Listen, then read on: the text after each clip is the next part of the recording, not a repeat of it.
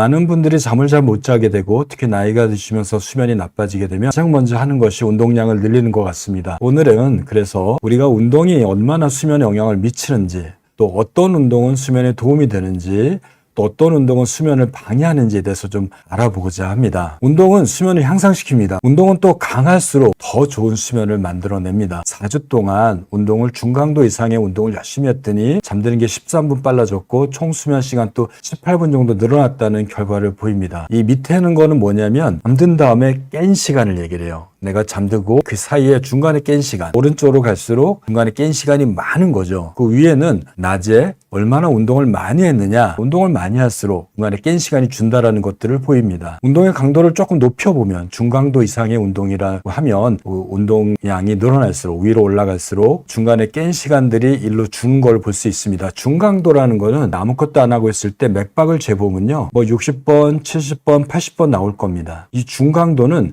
내가 운동을 열심히 뛰어보면 맥박이 많이 안정했을 때 70번 뛰었을 때보다 2배 정도까지 되는 운동을 중강도 운동이라고 얘기를 합니다. 그러니까 좀 숨이 차야 되고 힘들은 정도의 운동을 얘기를 합니다. 맥박이 좀 느린 운동은 사실은 수면에 영향이 좀 적을 수밖에 없습니다. 운동을 하면 좋은 수면을 만드는 건 사실입니다. 운동이 왜 좋은 수면을 만드는지는 이렇게 4가지로 얘기를 합니다. 이렇게 체온이 갑자기 올라갔다가 떨어질 때 우리는 멜라토닌이 잘 분비되고 훨씬 더 쉽게 자게 됩니다. 운동은 체온의 변화를 높게 만들어서 뜨거우니까 빨리 식잖아요. 그런 걸 통해서 잠을 잘 자게 합니다. 또 하나는 우리가 자고 깨는 리듬을 일주기 리듬이라고 하는데, 낮에 깨어있는 시간 동안에 운동을 많이 하게 되면 일주기 리듬이 굉장히 높아지게 돼요. 이렇게 높아진 리듬은 밤이 되면 깊은 리듬으로 다시 바뀌어서 운동을 많이 하면 더 잘 자는 상황을 만들게 됩니다. 운동을 열심히 하게 되면 스트레스가 풀리잖아요. 긴장과 불안, 우울증도 좀 개선이 됩니다. 불안과 스트레스는 뇌의 긴장, 몸의 긴장을 다 유발해요. 우리가 몸이 긴장되고 뇌도 긴장되면 잠을 잘 수 없는 걸요. 여러분들이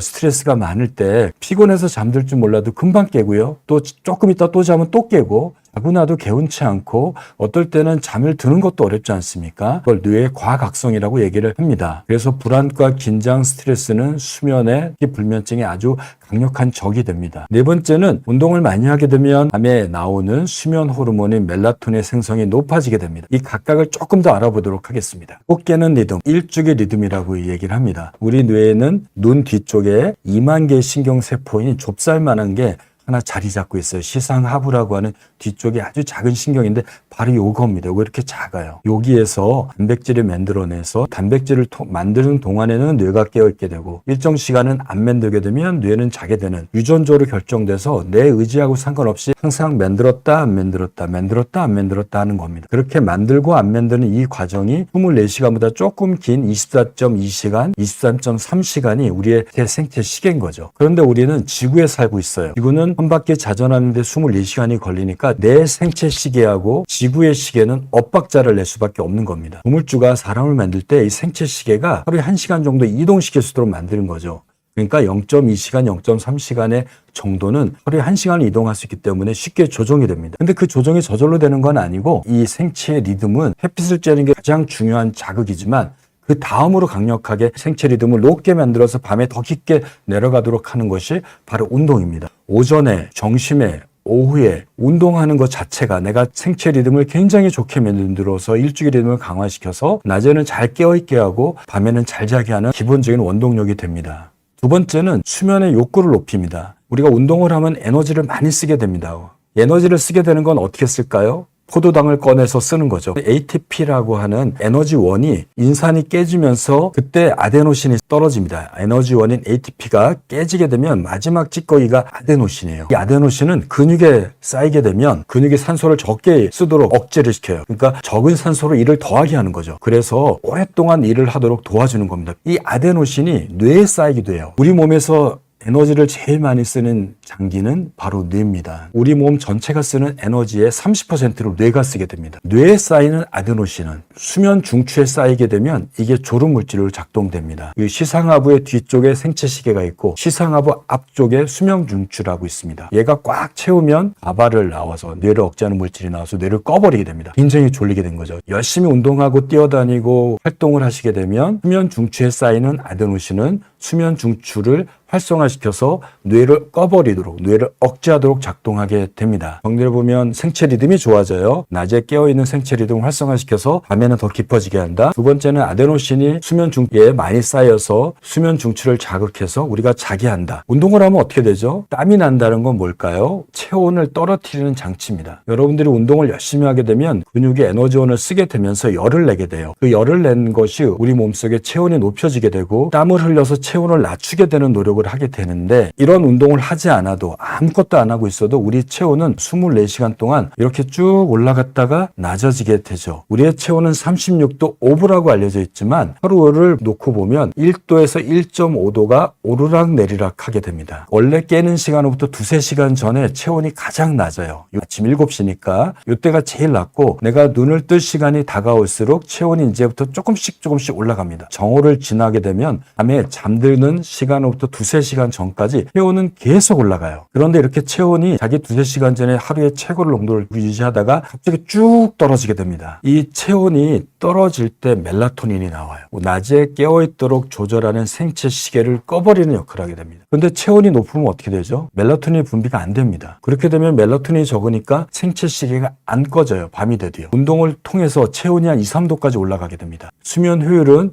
내가 실제 누워있는 시간 중에 실제 잔 시간을 얘기를 해요. 수면 효율이 높을수록 잘 자는 거죠. 이 수면 효율이 높을수록 온도 차이가 이렇게 크게 나야 돼요.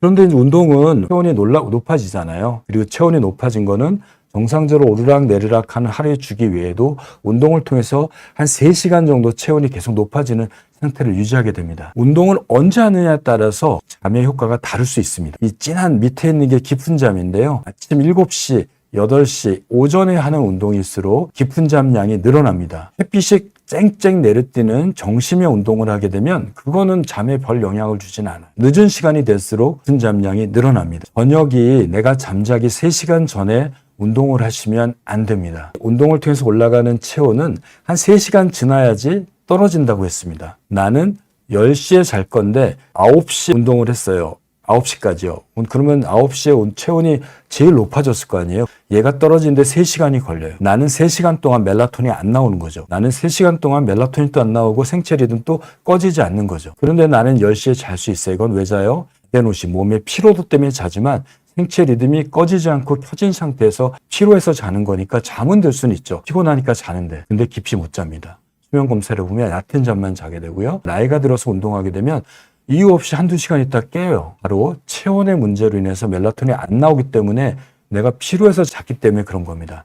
피로해서 자니까 잠들면 그 몸의 피로 물질이 뚝 떨어지거든요. 그러면 얘가 떨어져도 생체 리듬이 켜졌으니까 나는 깨는 거죠. 그래서 여러분들이 운동은 오전에 하는 게 제일 좋다. 잠을 위해서는. 정오 때 하는 거는 별 효과가 없다. 오후가 될수록 좋은데 오후가 되는 것도 내가 잠자기 3시간 전에 끝내는 운동을 해야 된다. 아침에 하는 운동 그리고 오후에 하는 운동은 다 강도가 중강도 이상의 운동이에요. 그냥 가볍게 산보하는 것들은 그 효과가 약할 수밖에 없어요. 걸어도 약간 땀이 맺히게, 이마에 땀이 맺히고 심장의 박동수가 안정할 때보다 한 2배 가까이 뛰는 정도의 약간 빠르게 운동이나 근력 운동도 땀이 나는 정도의 근력 운동을 하시는 게 수면에 도움이 되는 운동이라고 할 수 있고, 그런 운동은 잠자기 3시간 전에 끝내야 됩니다. 아침에는 어떤 운동도 괜찮습니다. 유산소 운동, 근력 운동 대개 1시간 정도를 권하는데요. 오후는 정오 때 하는 운동보다는 해가 약간 지는 한 3시, 4시 정도부터 저녁 한 7시, 8시까지 사이에 하는 운동, 요때 운동을 하는 게 좋아요.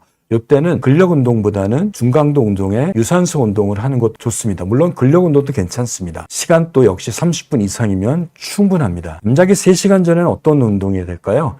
땀이 나는 운동은 안 되겠죠. 열이 나기 때문에 그렇습니다. 열이 안 나는 운동, 가볍게 산보하고 걷는 것 정도, 요가, 스트레칭 정도로 가볍게 몸을 푸는 정도의 운동은 잠자기 3시간 이내 하는 게 가장 좋을 것 같습니다. 그래서 오전과 오후에는 중강도 이상, 즉 심장의 맥박이 내가 안정 때보다 한 1.5배에서 2배 정도 뛰는 운동을 30분 이상 하는 게 좋고, 1시간 정도면 가장 이상적이다. 이렇게 되면 잠드는 게 빨라지고 중간에 깨는 시간을 줄이게 되고 깊은 잠을 잘 자게 된다. 그리고 전체 수면 시간을 늘리게 할 수 있다. 유산소 운동은 심장이 빠르게 뛰는 운동을 얘기를 하는 거고 잠자기 3시간 전에는 종료하는 게 좋습니다. 심각하게 잠을 못 자는 분들의 경우에는 이 체온이 더 민감하게 반응할 수 있거든요. 그래서 4시간 전에 운동을 종료하시는 게 좋습니다. 잠자기 2-3시간 전에는 가벼운 운동이죠. 땀이 나지 않고 숨차지 않은 정도니까 그냥 가볍게 산보하는 거 정도, 요가나 스트레칭 정도면 좋습니다. 3시간 전에 운동을 하고 3시간 전에 딱 끝나면 체온이 올라갔다가요. 체온이 보통 올라가는 것보다 더 많이 올라갈 거잖아요. 높으니까 체온이 더 빨리 떨어져요. 우리가 이런 체온이 떨어지는 신호로 인해서 멜라토닌 분비가 되고 생체시계가 꺼지는 거거든요. 운동은 어떤 운동도 좋습니다. 여러분들이 할 수 있는 신체를 쓰고 땀이 날 정도의 운동이라면 수면에는 다 도움이 됩니다. 하지만 오전에 하는 운동이 가장 도움이 되고요. 점심때보다는 늦은 오후 시간에 하는 운동이 더 도움이 되고 마지막으로 잠자기 3시간 안에 하는 운동은 땀이 나지 않는 가벼운 운동으로 하시는 게 도움이 될 것 같습니다.